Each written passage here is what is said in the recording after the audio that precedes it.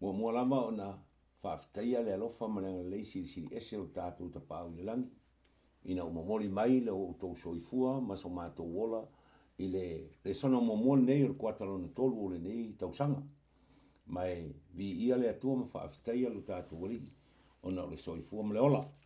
A le tātou le sona masani nei, whaatalofa ma whaafeilua i alo i atu, i paanga masani le tātou le sona o le whaamoemoe, ia whaatasi ai manisi, whato a lātou silasila mai moa whaafonga mai le tātou le sona o le whaamoemoe. Ia o loo whaasoloina i vai aso taitasi.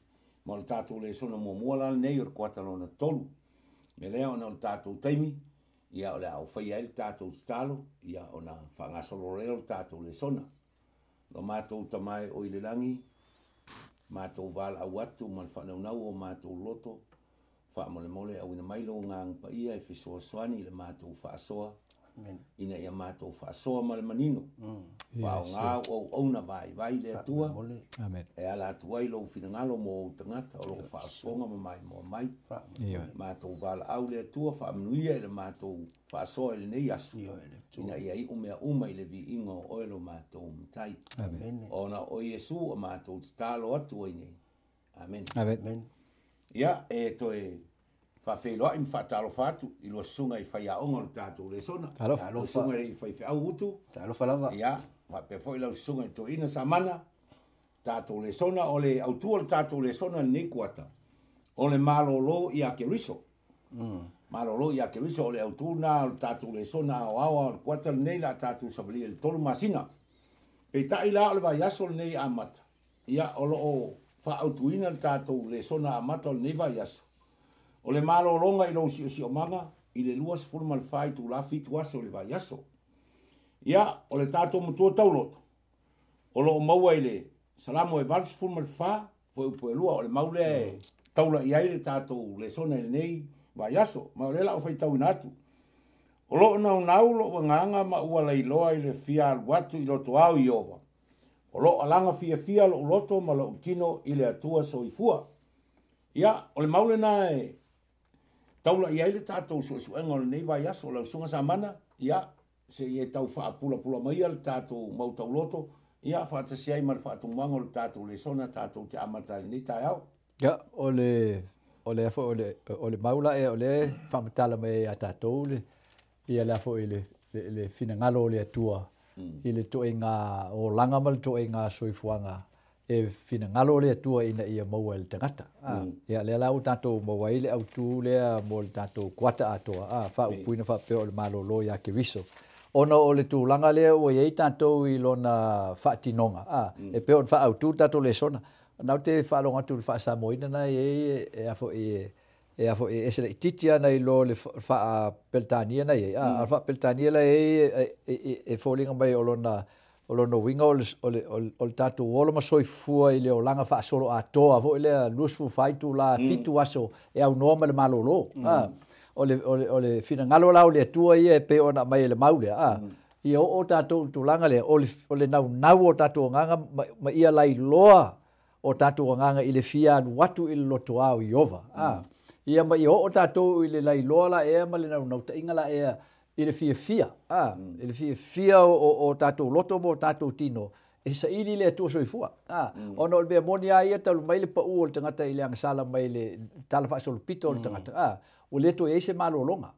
O le moe e tātou malolonga. Pe i tai o le aso a na pa u o le tangata i le angasala na to e o mai e lava e le atua ia le malolonga i a tātou. Le la e wha au tu e tātou le sono o le kuatal nei.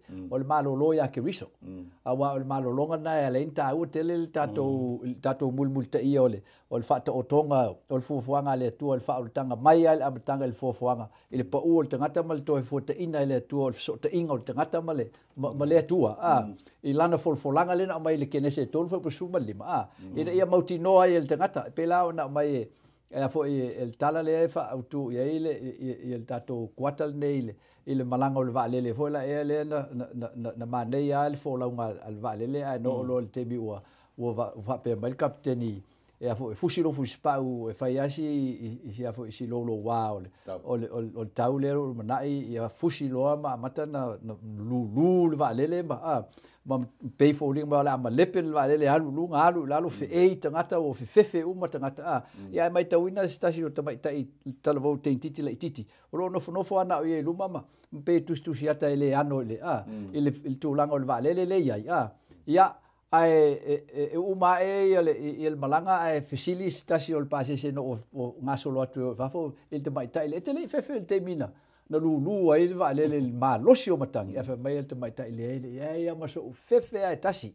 o no lo tamal va le o le fo te mautino o lo alu lo tamai mo moli au il fale so e fa penala le nganga le au tu el tato le sona talu mai lava le pa u te ngata le sala na fa pe mai le tua fusilo fuspa e fai asi lo wa o le tau o la tato fai malanga i le lana le no feta lai le tua ia tama eva mai ina ua i le aso ar pa ua ila ua i tu langa o la o so fuanga o te fa tu te leina i el ti ngā o lo mai tō o te fa nau tama mal ti ngā e ua ilo loto i lautane o e afo e ma leia le ono oe tupu mai vau tui ma la au taltala e te ai ma le afu so o me ia na tau mai le atu e tatou e fa mautinoa mai e tatou e le itu la fo ina tatou e le atu o lo iai le atu e tatou fai nga malanga o sila le fa mai ate tatou il tatou le sono va asol nei pe fa pe fe la tatou on tatou moa le malo longa la ia ile soifuanga to nga soifuanga le we ne o langa fa solo atu lufu fa fitu lufu fai tu la fitu aso e no ma le malo lo fa pe fe fai le atu na le nata o singa ina ia tu maule malo lo le mo i tato ia le la tato tu el tato le sona pe fa solo vai lei fa tai malo no sunga utu ole vai mo mo tato le sona olo o mai ke nese on tau po lo fo mo tolu mau masani wa uma lava ona faia ole langi male la langi a to fo i me uma o iai wa fa uma ile tua ile asufitu la nga ruenga na faia ia ona malo lo ile o ia ile asufitu ila na nga ruenga uma na faia ia ona fa manuia ile le tua ile asufitu mana fa sai nai awana malo loi o ia ila na ngaruenga uma lava na faia ile tua mana saunia ole fasili le tula i mai ole asono to afa ye tangata ai asufitu lo malo lo no winga foring ole aso mua so i fongo tangata le langi ole asufitu aso malo lo e mana o mia tangata le malo lo ile ia sa ngaruenga ufa ai se a wala iona e faftai mo le fesili wa e taua wa e fesota ile lava fesili male autu ole suenga ole vaiaso le nei i se si o manga ma se lalolangi ua le malolo ia so fitu mai tu la mo le aso ma ua avea ma mea e peise i ua langona i tangata le vai ma ua le lava va ona o feui ingo le olanga ma le soifuanga ma mela lea o le mautinoanga ma le mea mautinoa ele soifua le tangata e mo mia le malolo e mo mia le malolo ma ele aila se pei o le maulena e saunoa i ai ua uma le fuafuanga i ngā ruenga fuafua le tua i aso onu ona malolo lo le i le aso fitu mai ana fe au mana ngā ruenga me le na whaamanuia ai le foi upe tolu ona whaamanuia le tua i le aso fitu mana whaasai au wana malolo ai o ia i lana ngā ruenga o no winga e mo mia uma e tātou le malolonga a ole i ulu fale mai le angasala ana ta pena le tua le malolonga a ole i le angasala i le taimi o ato ma le lei e o mai lava le taimi nei o lo whaawau mai lava le malolonga aina va ai mamau mai le tua i le mana o mia le tangata o le malolonga ono no winga la ele fesilingia wa o fo le tuso mareko no mta po ono fa petosu matasi ina o fo i mai ia le au so o fo ia to fitu se fulu na awina Yesu lala yo mai e tau mafai fa matala mai ia mena tutupu ma benga no la to fa ia fe mai Yesu mapu mai malolo momo o nisi taimi o le telo lo tato fia i mea tato te faia male alu o tato mafo nga luenga nga luai ona malolo le tangata e te maua fo le salamo e whaeron fa upe valu fai mai e tele le fia e tu i lo loto ai titi lo lato i ona po o whaatele na ia lato saito ma lato waina o le teimi lo le seselenga e pisi ai tangata ai ngalo ona malolo fai merot fai upe valu ai o te ta oto ma o moe file mu a wa o oi ova na o oi lava o no fai mal file mu no winga i se isi whaamtalanga pe o le autu o le kwata atoa e maloloa ia ke riso ia le malolonga le tangata. Amen. Aftai malo mo le whamanino ina ma tau whapula le vaenga leo le tātou le sona. Samana o le vaenga lo na tolo le tātou le sona. O lo whapera tānia ina. Running on empty. Ia o te leiloa ai la utau whasamua. Wale ai ama seisia me o toi. Mai folinga mai wangao ngao I po o matuale ai ase me. E olo o maila I le tusi leo Jeremia. Tau po e fasuma lima fo mo lima le tala tangata le o paruka. Se I au mai so fina ngalo e tau whaamanino ai le winga o le me tau. Wale ai se. Wale ai ase me o toi le tangata. Ia, o le si fasa boi no le o le autula le no o mai o le afo o le mapusela. Ono o le mele le e afo e misi le malmanga o le tangata ola e tusai male e tusai male fina ngalo ami o tonu o le atua le amata mai e la matanga. Mantua wa le sita o le sina bang ta o amatanga man tato le sona.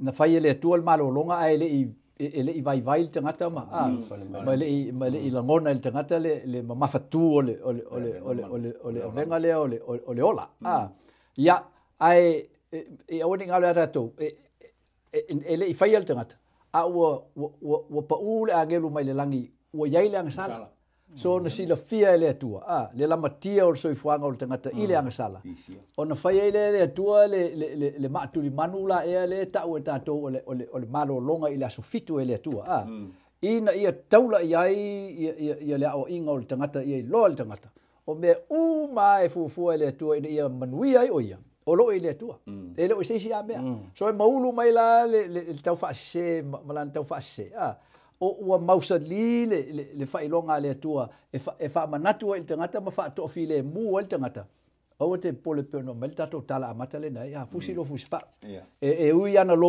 wa o ule a vel tato va e mauti no au te lo le ala e tai ele ele fo la mo tato va sol mena le la bisi fo le o paruka tu langa le ona lang o paruka le tusi mo Jeremia o Jeremia le ave le tu le valo anga ina ia fa mauti no ai I tangata o Israel o Jerusalem o mino Israelu ma Yuta o lo ia au le tu lan te inga ui na fo linga mai o le osfa inga le ala o fa malu mai o le amatua matautia wa le fe mai ia le upu a fo perfecta le fa mai ia te tato fa mai o lo fa pe on feta lai mai o Jehova le tu Israel ia paruka ne fa pe o ta lo fa ia te wa u fa popoina Jehova le fa no noi lo ti nga o lai loi I lo mapu ti nga o te le mo fo isi na mapu fa mer fo fa ia fa pe la ne fa ia te ia o lo fa pe on feta lai mai Jehova fa uta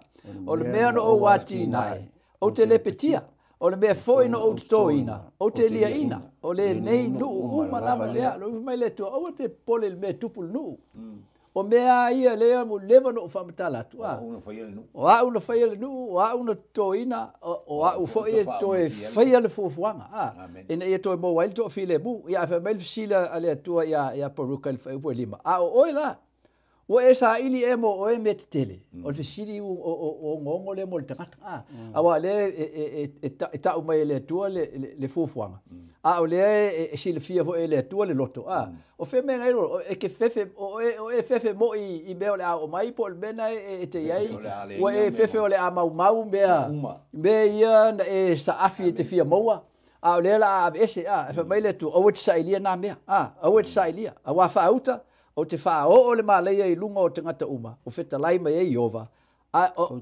o te watu ia te oelo wola, e whai ma vete I mea uma, e te aru iei, o le folfolanga lea lea tua e tu mau mo le ai ngā tangata. E le ma whai e leanga sala ona fufulu e se le ai ngā tangata mai lona tu mau, e tu sai mai le whainga e lea tua le ai ngā tangata mai lamatanga. E wha tu mau ai lea tua e le ai ngā tangata. E ala I lana fufuanga o le whaoltanga. Le ia e suke viso, le au tu el tatu o le sona, o le malo lo ia ke viso. Ya, o le watu nal vai ngala e wae o le mena le we tatu yo no pode. O le o lata le o mai o le unga. Ya, o tatu pole vale. Ya, le fa mai le tu toa. Toa, o mea ia le ia tu te vai mai tawina lo tupu nel si o manga. O mea o uma no ta watu ya te to. Wa o na o mai to lo le o wan fa mtala tu e te to mene. Amen.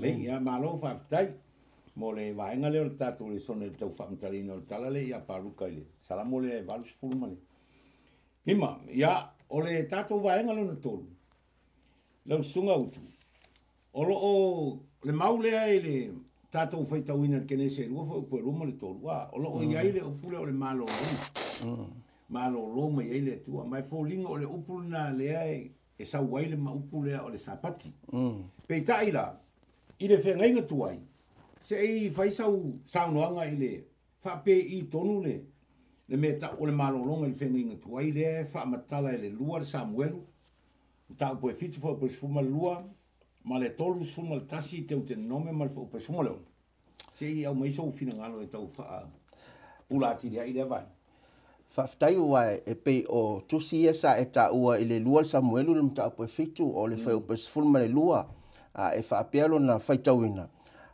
Wha a toa ina o waso ma e ta oto whaatasi ma utama. Ona o whaatuina ile o so lau whanau pe ama vai atu oe. E tupu mai ai a te oe o te whaatu mauina fo i lona malo. O le upu leo lo whaungaina i nei i le malolonga. O le upu e peru po le ngangana e pere whaingo le shakapa. O lona winga o le taoto. O le taoto lo tala noa i nei a lausunga i le toina. O lo tala noa i le taoto ua malolope woti. O le oti o lo tala noa i. Leo fwe o lo tala noa i ele tusi o te numelo mta upe tosu matasi. Nona whai upe suma le ono lo whaapia whamtalanga o lo iai. O na whetalai maile o Iova i a Mose. Whaauta o le a e taoto pe o le a e oti. Whaatasi mauta ma. Ona tutule o le nei nuu malatou muli lulua i atua o tangata ese o le nuu latou te o iai. E whaatasi ei mai latou te lafua i mai fo i a te au. Ma latou soli i lau whiangainga na o sia mai latou. O no winga o i nei i mau nei e lua po o tusi nei. O lo tala noa i le malolo o le malolo le oti. Le tiwa a whaapea whamtalanga fo i le masani e tātou. Se wakako maloloa pea o mai le oti. O no winga. O le tala le na ua uma ngā luenga. Ua le to iai se isi. Mea ua malolo i le oti. Iai isi wha upunga e pei o le whaamtalanga e tātou te maua i le soto le nai. Lua se fulu whai pe sumatasi. O le maule nei o lo i totonu o le tūla fono o le tua. E sau mai le isi upu e peru o le nuak. O lona winga o le malolo i le aso fitu e pei o na maua i lunga. E iaila le tusi le numera lo mta apa se fulu.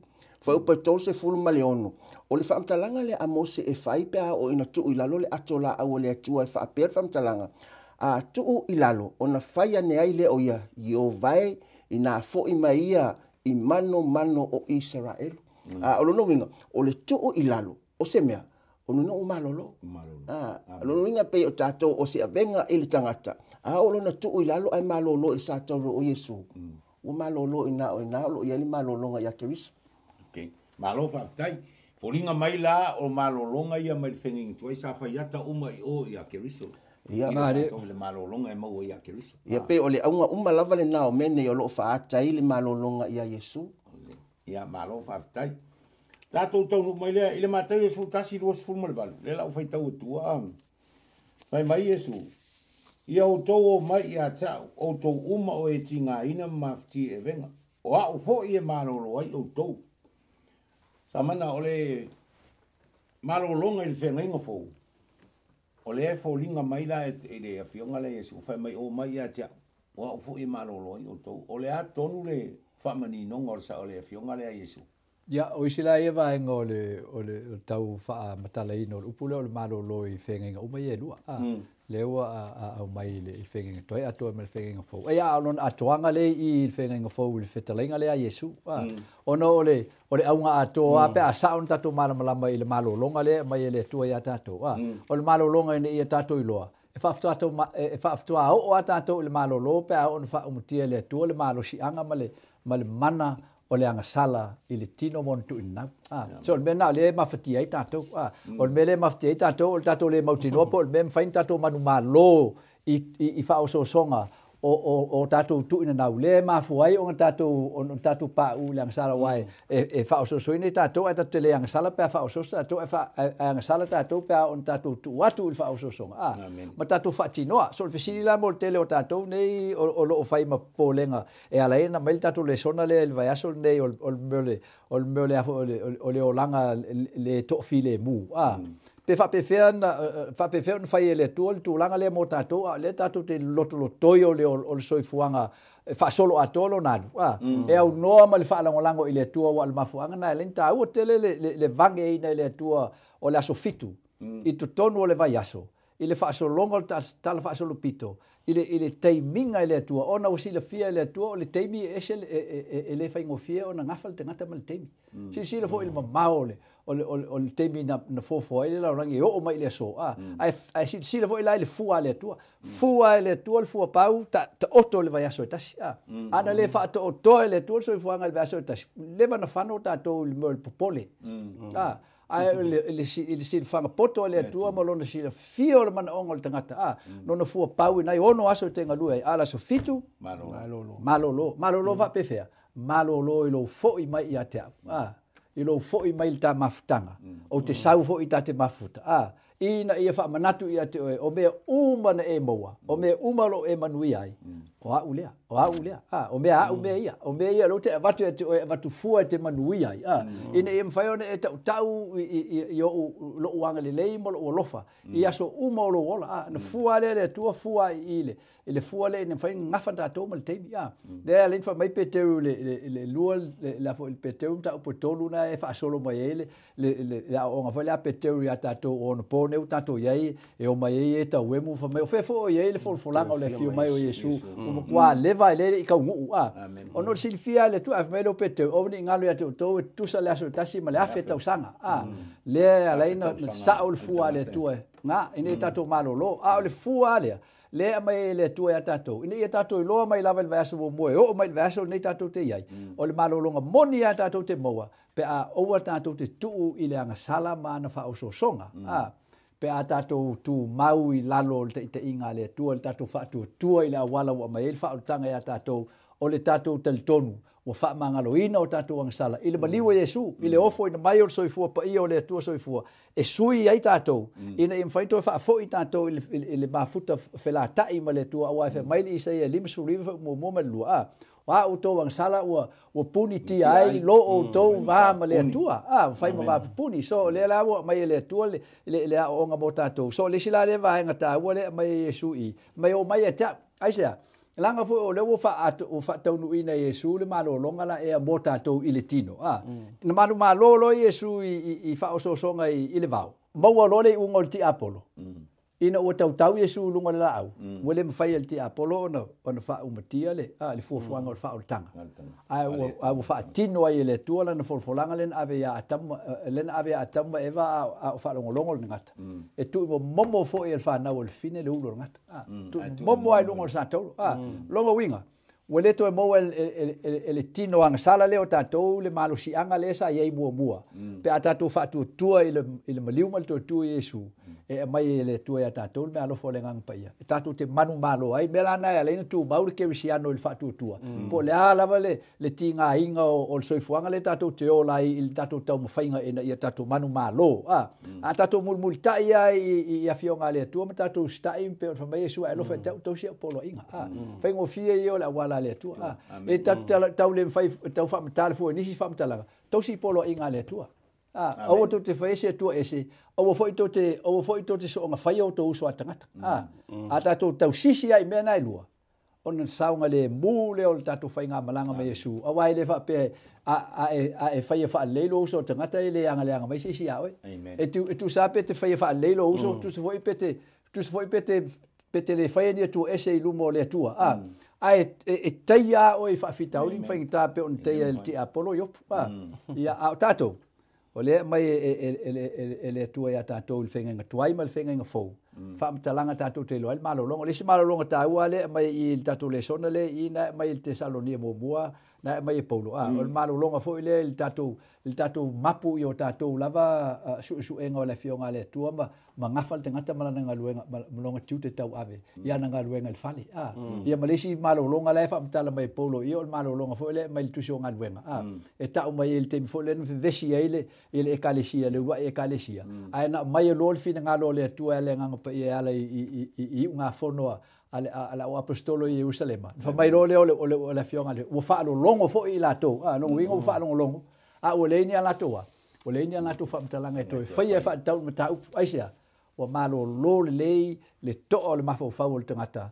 Ile fionga le tua. Ai le o fa fina wina le fina ngalo le tua. Pa o fa ali mai. O isi na malo longa le mana o mi tato. O tato le mapu, tato le moa se malo longa no tato le nofo ai la fionga le tua.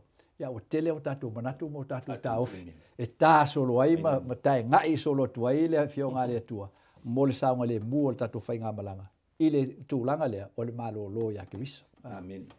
Ngā lo whaftai o le o tatou taunu mai le vaenga mule le tatou le sona mai o le vaenga mule le tatou le sona whai mai lona ulutala i le whapeotania a restless wonder whai mai lo le o le au mai le maule kene se whafo o po sumalua le lau whai tau tua. O le maule le taula i ai vang mulu tatou le sona. A e nga lue le ele. Ele to e fua le mai ona fua i ate oe. E a vea oe ma mau solo ma fa seva lo ina i le lalolangi. Ko ringa mai o le vang mulu tatou le sona. O le tangata e fo linga ua na le maua se malo longa i le tua. O le unga lea. A le mau solo ia ua le upule fa seva lo ina i le lalolangi. O le upule fa seva lo ina ngana samo. E oro ia le tangata i se ai. Ia pe ia o tu la tangata o tu la fo. Wa ise se pole ia. O tu afo i po fe wa ma e lo na ola i fe. Pe fa penale ata. Se ia mai se fina ngalo na usunga fai fe au. Le vang muli lo tato le sona o le la tato fa solo atu tawalunga. E taua ia le foi upule se fulma le lua. Wa o le vaenga le o le tala le fa tau ia kaino ma a pelu le mena tula i mai. O le vaenga la le se fulma o le isi le vaenga o le tala le ina ua feta lai le tua anga ia kaino. Le ua ia feta lai ai o le ama mausolo ma fa seva loa ina. I le lalolangi. E te mai tawina i lalo ifo i foi upe se fulma tolu anga i foi upe se fulma fitu. E te maua ina ile tali a kaino ile tua. Ma e fōlinga mai pei o lau saunoanga tai ile nei tai au. O pei o se tangata fo ilea ua mau solo wha seva lo ina. O pei se i ua le aise wha moe. Ua mata ona sa ili mea o le soifuanga le nei e wha atu moila ngona lea o le tu wha le nganga. Ua sa ili wa e te maua ile tala le nei. Ele ngata i ele wha upunga wha upesuma le onu. Ona alu atu le o kaino ai luma o iova. O le seisi wha mtalanga. Ua alu ese mai kaino ma luma o iona lono winga. Ua le o te manatu ili maftanga lea ma le tua. Ua ma mau ma le tua. Ua alu ese. Ua sa ili a ia e wha lona lava ata mai. Lena ia alu aima ua ia whai a vaa. Ma ua ia nofo ai. Ma mau le nuu o nota i le tu isa sae e tena.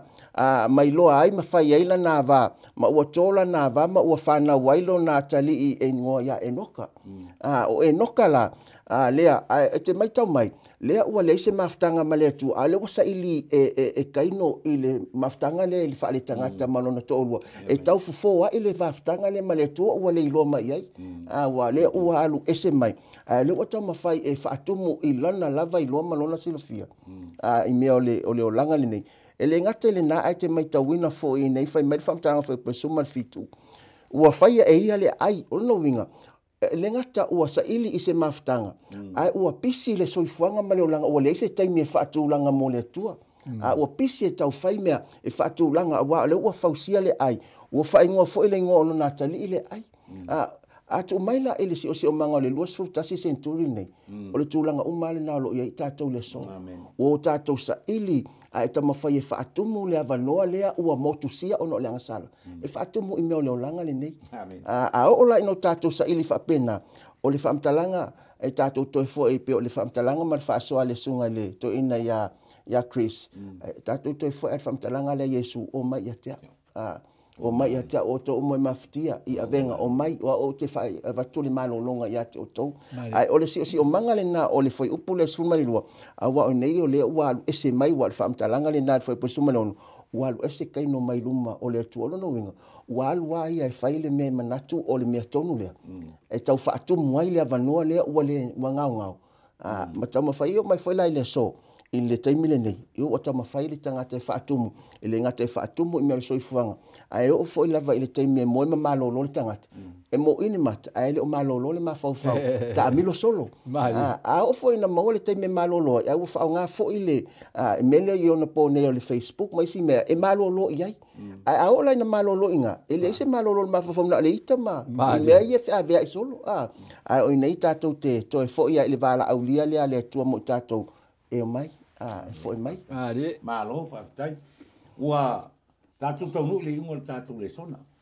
ai olona tonu unga male mata e tatu le sona pela le mbang muli le ili termine matatu wa vai le lolang ole iva se fulu mon tu pasene o tangata bilionea po tangata milionea ele malo lo il fituas ta pela sa no ngar su fe wa fa tumu meu ai tau te lola le mesio no finga tale o le ala le pe falling o to sinai mana to tanga ta ke visiano mo tanga la to te lo le tu ona ele malo lo va ngale le fituas ma o me ama milionea ale ai e malo lo atanga taile i sapat ia ma fi wa tau su o le so lo fina ngalo le tau lo falling o le sili le tau lo ngai ta to le sona sa mana fai i so lo fina ngalo ma so ngai fai au ai la va to lo minuti na avele fai go fai fai le tūlanga lea o lo iai le mele o le peila o le malolonga. Le tātou tala noi peila o le whamu fionga isu o mai a tia o le malolo i auto. Ia le mele ia.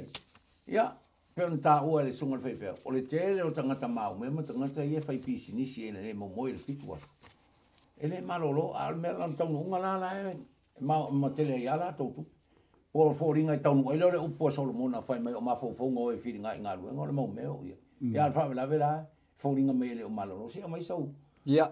2 minuti le e tau. Tato apa sau noanga Yesu, il fetalenga Yesu lang launga le maunga. Il vaenga oti lefa me Yesu. O tu te tolo ai o i lunga o le larolangi o le mea o lo iai le monga ma le ele. Ia ma le ngoi e ngoi ai. Ai to tolo ai o lo le langi. E le o tamau ai nga o le larolangi o mea le tuli le tua mai ale amtanga le fofuanga ia atamo eva i e gol le atamo eva wala ngo silfia le tua o le mele no pa uma i le angelu pa uma i le langi. Uona le ilo ai lona tua oi ma lona vanu nofo ma le tua. E tu sai ma le silfanga ati le tua ma lona poto ma lona silfia o me uma. Ne ia fai ai me uma fatu langa uma me uma ina ia tu mau le manuia fai pea. Ai na pa ua tangata i le angelu ono le mafuanga le atasi. O le malolo il manao ile mea manao ile mea to mo ia mau mea vanga na ia na mau mea na oti ai o mai fo te me oti e o mai te me oti ai to ta tino ale le ia sha nga ni me uma vai te alua tu un ben mai le tua te alua o tu me ale tua ai te alua pena e sau per mai opu fa pena e sau te le lava to e fo ia te le lava a le ia sau me tasi nei ai o me uma o me ale tua. Ia lei va tai ia, mas le 2 minuti le tau lunga e lau sunga e fei au tatou le sona i le vai ka le si tatou to e mata matai. Ina ia ve o se o onga mo le ngata ia e o fa fongo tatou pa nga masan, au i tatou uma o lo mfai ona mata i le vai ngol. Le fionga le tu au Solomona le tangata sili na milione. Ai nei ku Solomona mo na fai ngol ai le matanga ia mai sau. Faftai e taua ia le o te faftai le atua mo le amaia o le sona le nei a mata i le kuatalona tolu le nei ona o le tūlanga le nei e feso o tai le lava ma le tūlanga o le soifuanga i le so amen a wa amata e o fo lava i le kerisiano wa amata ona ngano na malolo ona i le manatu o le kerisiano o lana awala e sili atu lo le awala le atua. Ua uma na ta oto pe o le whamtalanga le esoto luas fulfa pe valu anga isfumatas i o tatou manatua le sapati o le aso e malolo ai. E le ngata la e le leile malolonga o le nganga a le tino fo i ma le mafaufau. Ua o ina alu le atoa le ngalue i le fitu aso le vai aso. e te longona lo vai o amata foi o le upu whaperitania stress o amata foi amata i ona afia lo ainga afia lo si o manga afia me uma ona o amata le wa le malolo ai o le vala aulia le ana le tua mo tato yo tato manatua e malolo i nei e fesota i male malolonga ia Yesu wa o le malolonga le na e o mai ia Yesu o whamtalanga Yesu o ilato umo e mawhatia i avenga luna winga e so se tu ai ngā mea lava e te le whaatali se i to ulu esi ona e sa wailea e te sau ia Yesu ona wha malolo le e Yesu o nisi taimi e tātou te manatu e to ulu mua esi no mai la ia lea e le mawhaia la tātou la sunga le taitai ma le tātou tano nei tau e le mawhaia tātou na whato ulu tātou malosi e tātou te o mai a Yesu ona ngalue lo Yesu famtalanga Yesu le ili Yohane suma limu fe momua wa o nei o vene moni alo tama o le ngalue vine ia o se la uma ele fua mai te we ya o la uma fua te ina iko fua mai o no wingo famtalanga Yesu o Yesu wale malolonga e o mai ai ele te wala tato le la e te we lon tama le lang o nisi o teimi e tama fai tato e o mai ia Yesu tanga tato e te we tato ma tangata oina tato te loi o le tu te wale la tato e mai ia Yesu o ia o le malolonga e sili ma le lei amen tai ia o le tato le sona na le au whaafonga ma le au mai moa ia ona o le tato taimi o le tato le sona na nei vai aso o le maulawa lea e tawalunga i tato le sona whai mai Yesu o mai o tau o e tinga ina maftia o au fo i malolo i o tau a whai o e tinga ina ma maftia i avenga alu nei ia Yesu e te malolo ai ne ala whai al tato talo mo le whai ungo le tato le sona mātou whaafitai tele lo mātou atua no wai au mai mātou te whaasoa ai o whiong mātou te talo whaamole mole